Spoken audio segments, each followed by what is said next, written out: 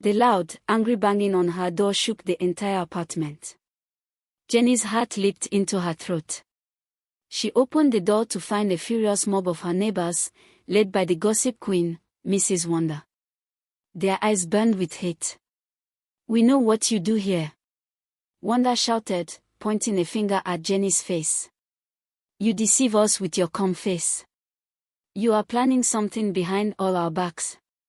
Uncle Patrick, the landlord, stepped forward, his face serious. "Since nobody knows what you really do, we believe keeping you here is risky. You have 2 weeks to leave this compound." Hope gasped and burst into tears. "What did we do wrong, Mommy?" Jenny, with tears stinging her own eyes, simply hugged her children tightly and said, "It is well." Then she closed the door, leaving the angry crowd frozen in confusion. What was going to happen to Jenny and her children? Would they be thrown out onto the streets? This is Echoes from the Baobab Tree. Kindly leave a like and subscribe to our channel for more content. Let's continue the story. It all started on a sunny Saturday afternoon in the bustling city of Port Harcourt. Jenny and her 2 children, Hope and Daniel, arrived at the Green Gardens compound. This was a large, crowded residential building with 6 apartments arranged in a U-shape. In Green Gardens, everybody knew everybody's business, and they loved to talk about it more than anything else. As Jenny dragged her suitcases through the rusty gate, the one with the 40-wheel that kept falling over, the entire compound stopped what they were doing. It was as if a famous movie star had arrived. The sun was merciless, beating down on everyone, and sweat gathered on Jenny's forehead. Yet, she maintained a gentle smile, thanking Hope, who carried a medium-sized box, and Daniel, who struggled with a backpack almost bigger than he was. On the first-floor balcony, Mrs. Wanda Alado, the self-appointed minister of gossip, leaned forward. She whispered loudly, "Oh, another single mother has come again. This economy is already squeezing all of us, and now we will share space with more people." Beside her, her friends, Chichi and Tonia, nodded like robots. They began analyzing Jenny's life without knowing anything about her. "Look at her. She looks too gentle. Her husband must have run away because she's weak," Tonia said. "These single mothers always come with stories. They should just tell us the truth that they cannot keep a home," Chichi added. But Jenny did not look in their direction. She had promised herself never to explain her pain to people who enjoyed seeing others suffer. She believed that silence could be louder than arguments when her dignity was involved. Jenny focused on settling into her new home. She registered her children at a nearby school. Every morning, she would wake up before sunrise, prepare their lunch, and walk them through the compound gates. She greeted everyone politely, even when they intentionally ignored her. After the children left, she would return home, open her laptop, and type non-stop. She was a woman building her future with her own fingers and brain. But because she stayed inside and didn't join the morning gossip circles, people assumed she was jobless and had no purpose. Soon, the children in the compound began to mock Hope and Daniel. Children without a father, they would sing when Jenny wasn't around. Hope would hold her brother's hand tighter, her heart feeling heavy with sadness. One bright Saturday afternoon, Uncle Patrick, the landlord, walked in wearing his usual oversized red shirt and old brown slippers. He cleared his throat loudly. "Attention everyone, please gather. I have an important notice," he announced. Neighbors rushed out as if he was sharing free money. They dragged plastic chairs and leaned on railings, their faces eager for news. When everyone was quiet, Uncle Patrick puffed out his chest. "Due to the present economic hardship, rent will be increased by 25% starting next month." A loud gasp swept through the compound. 25%. "Are we buying shares in this building?" one tenant shouted. Mrs. Wanda rolled her eyes. "Some people here cannot even pay the old rent. Now they will be forced to pack out." As she said this, She slowly turned and stared directly at Jenny's door with a wicked smile. Hearing the loud arguments, Jenny stepped outside with Hope and Daniel behind her. The moment she appeared, silence fell. Uncle Patrick folded his arms, making sure Jenny heard him. Some tenants need to decide quickly if they can afford living here or not. This compound is not a charity center. Every head turned towards Jenny. She stood still and replied calmly, "I understand, sir. I will pay my rent on time like always." The compound exploded into eye-rolling and sharp comments. Mrs. Wanda laughed dramatically. "Pay with which money? Are you planning a magic show?"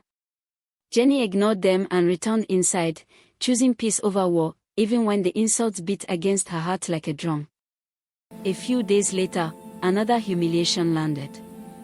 Daniel came home with a bruised forehead and a dusty uniform. Hope held his hand, her face burning with anger. The moment Jenny saw them, her heart broke. She rushed to him. "Daniel, what happened? Who did this to you?" Daniel sniffed, trying to be brave. "A boy in my class pushed me and called us children with no father. I got angry and pushed him back. We fought." Hope added, her voice shaking, "Mommy, I told them that having a father does not determine greatness. But the boy said we will always be nothing because we do not have a man in the house." Hot tears stung Jenny's eyes. Her children were carrying weights heavier than their age. She pulled them both into a tight hug. "Listen to me," she said, her voice firm but loving. "You are not defined by people's foolish words. You are strong. You are brilliant. One day, the world will clap for you. Do not let bitterness enter your hearts." "But why do they hate us?" Daniel asked, confused. "People fear what they do not understand," Jenny replied. "And sometimes they bully others to feel important. But we will not fight with them. We will win them with success." One Thursday evening, Jenny prepared for a very important virtual meeting. She set up her laptop, her documents were neat, and her internet was working. Hope and Daniel sat quietly on the couch, reading, knowing they must be silent. But exactly 2 minutes before the meeting began, Nipper took the light. The entire compound was plunged into darkness, and everyone groaned. "Nipper never has good timing," Daniel whispered sadly. Jenny closed her eyes, took a deep breath, and lit a candle. She used her laptop's backup battery and joined the meeting just in time. On the screen was a smartly dressed man, Mr. Raymond Ozzy. "Good evening, Jenny. Thank you for joining. Let us finalize the restructuring plan," he said. Jenny smiled with confidence. "Good evening, sir. I am ready." She began discussing business plans, market projections, and growth strategies. She sounded like a powerful and intelligent woman, a side of her the compound had never seen. Outside her door, trouble was listening. Mrs. Wanda, pretending to come and borrow salt, had pressed her ear against the door.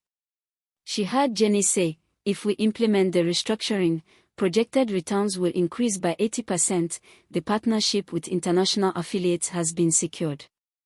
Wanda's eyes widened in shock. She ran down the stairs as fast as she could. "Gather everybody. Emergency," she shouted. "I have discovered something unbelievable." People rushed out, forming a crowd around her. What happened?" they asked. "I just heard Jenny," Wanda announced proudly. "She's talking about secret business deals. She's planning an acquisition. I suspect she scams rich men online. She's doing Yahoo." The crowd exploded in shock and anger. "I knew it. Quiet people are always hiding something," Chichi gasped. Just then, the lights returned, and Jenny's voice came through the window clearly. "Thank you, Mr. Ozzy. I will send the updated proposal for the acquisition of Rose Gardens shortly." But the neighbors, their minds already poisoned, had Green Gardens. They thought she was planning to scam them out of their own homes. Drunk on gossip and false information, the angry crowd marched to Jenny's door and banged on it loudly. Boom! Boom! Boom! The door shook. Hope and Daniel jumped up in fear. When Jenny opened the door, she was shocked to see all her neighbors, their faces twisted in anger. Uncle Patrick stepped forward. Jenny, we need an explanation right now. Jenny was confused. Explanation for what? Wanda shouted, we know what you do here. You are a scammer. You are planning something behind our backs. Chichi folded her arms. Are you not ashamed? We do not want criminals here. Hope grabbed her mother's hand, trembling. Daniel hid behind her leg, scared. Jenny's heart felt like it was being squeezed. I am not a criminal. I work hard, that is all. But the neighbors refused to listen. Uncle Patrick raised his voice. Keeping you here is risky. You have 2 weeks to leave this compound. Hope burst into tears. Jenny, fighting her own tears, simply hugged her children, said, it is well, and closed the door. She chose silence, a silence that was more powerful than 1,000 shouts. The crowd was left frozen, confused by her calmness. What would Jenny do now? Where would she go? The 3 black, expensive SUVs rode into the compound like silent kings. The entire neighborhood watched, their mouths hanging open. From the car stepped out several important-looking men and women in sharp suits. Among them was Mr. Raymond Ozzy, looking richer than anyone they had ever seen. He looked around and asked, excuse me, please, which apartment belongs to Miss Jenny Amodi? A deadly silence fell over Green Gardens. Mrs. Wanda's knees began to knock together. Uncle Patrick swallowed so hard it sounded like a rock going down his throat. Then, Jenny's door opened. She stepped out calmly, holding her children's hands. Mr. Raymond smiled widely. Jenny, good morning. The board has officially approved your proposal. We came to finalize the acquisition of this property immediately. Uncle Patrick choked. This property. As in, these Green Gardens. Yes, Raymond said casually. Miss Amodi is the lead consultant in charge. She designed the redevelopment plan and will oversee everything. She's one of the most brilliant strategists we have ever worked with. The truth hit the neighbors like a thunderbolt. Their mouths fell open like broken gates. Mrs. Wanda dropped the container of salt she was holding and nearly fainted on the spot. Jenny was not a criminal, she was their new landlord. For the rest of that day, the compound was heavy with shock and shame. People were restless, pacing back and forth like lost goats. They could not eat. They could not sleep. They could only think about how terribly they had treated Jenny. Inside her apartment, Jenny sat on the sofa, holding Hope and Daniel close. The children looked up at her with shining eyes, full of pride. Mommy, you did not shout or fight, Hope said, hugging her. You did not even insult them, and still you won. Jenny smiled, wiping a happy tear from her eye. Victory without noise is the loudest victory, my baby. When your hands are clean, God fights for you louder than you ever could. Daniel hugged her tightly. Mom, today you became a superhero. Jenny wrapped her arms around them both, her heart overflowing with joy. This was all she ever wanted, for her children to be proud of her. My babies, thank you for believing in me even when the world laughed at us. The world will know your names for good, because greatness runs through your blood. The next morning, a nervous, trembling knock came on Jenny's door. She opened it to find Mrs. Wanda, still in her night wrapper and old slippers. Her eyes were red and puffy from crying all night. The moment she saw Jenny, she fell to her knees with a thud. Jenny, please forgive me, she wailed, tears streaming down her face. I am so ashamed. I judged you without knowing anything. I made life difficult for you and your children. Please, do not punish us. Do not throw us out. Before Jenny could even speak, Chichi and Tonya rushed forward and joined her on the floor, kneeling and begging. Please forgive us, Jenny. We were foolish. Chichi cried. We let gossip ruin our hearts. Give us another chance, please. Tonya pleaded. Soon, almost half the compound had gathered at her door, all of them begging for forgiveness like children who had been caught stealing. Even Uncle Patrick, the former landlord, stepped forward. He removed his cap and bent his head so low his nose almost touched the ground. Jenny, I treated you unfairly, he said, his voice shaking. I thought power was in ownership, but today I learned that real power is in character. I embarrassed you publicly, and you still responded with dignity. Please, don't send my family away. Everyone held their breath, waiting for Jenny's response. Jenny looked slowly at each of their fearful faces. She felt no anger in her heart, only pity for them. Please, everyone, stand up, she said softly. They slowly got to their feet, their eyes still fixed on her.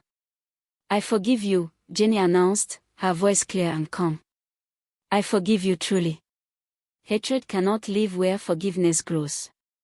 But, she paused, making sure they were all listening, forgiveness is not the same as closeness. Respect is built over time, with actions, not just words.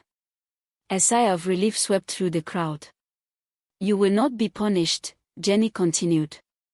No one will be thrown out. But let today be a lesson you never forget. Never judge a person by their silence. You never know who God is preparing for greatness right in front of your eyes. Mrs. Wanda burst into fresh, dramatic tears. Thank you, Jenny. I will never gossip again. I will close my mouth forever. Hope, standing behind her mother, whispered to Daniel, she will open it again tomorrow. Let's just wait and see. Daniel had to cover his mouth to stop his giggle. True to her word, Jenny did not evict anyone. But within 2 weeks, the compound began an amazing transformation. Construction workers arrived. They repaired broken walls, painted the buildings a bright, cheerful white, and replaced all the rusty doors. The dusty, sandy compound was covered with beautiful, smooth tiles. New, strong security gates were installed. Colorful flowers were planted along the pathways. For the first time, green gardens actually looked like a garden. Jenny was everywhere, directing the workers, reviewing blueprints, and answering important calls. She did it all with confidence and a calm smile. And she still found time to cook dinner for her children, who now laughed and played freely. The children who once bullied Hope and Daniel now followed them around with admiration. Hope, can you help me with my homework? One girl asked shyly. Daniel, can I sit with you during lunch? A boy requested. Hope and Daniel always answered with kindness. They had learned from their mother that true strength is being kind, especially when you have the power to be harsh. One evening, as the sun set, painting the sky in orange and purple, Jenny stood on her balcony. She looked down at the clean, beautiful compound. Children were playing safely. Neighbors were now talking to each other with genuine smiles, not with whispers of gossip. Mrs. Wanda saw Jenny and gave a respectful, slightly nervous wave. Jenny waved back with a genuine smile, showing there was no more anger in her heart. Hope and Daniel came to stand beside her, each holding one of her hands. Mommy, our home is so beautiful now, Hope said. And everyone is so nice, Daniel added, confused. Why did they change? Jenny looked down at her two wonderful children. People change, my darlings, when they are shown a better way. We did not fight them with their own weapons of hate and gossip. We fought them with silence, hard work, and success. That is a victory that lasts forever. She hugged them close. Remember this always, no matter where you come from or what people say about you, your future is bright. Write your story with the ink of hard work and grace, and let no one ever make you feel small again. Inside, Jenny's heart was finally at peace. The storm was over. She had faced the shame, endured the gossip, and through it all, she had become the queen of her own life, teaching everyone in Green Gardens the greatest lesson of all: never underestimate a quiet woman with a dream and a plan.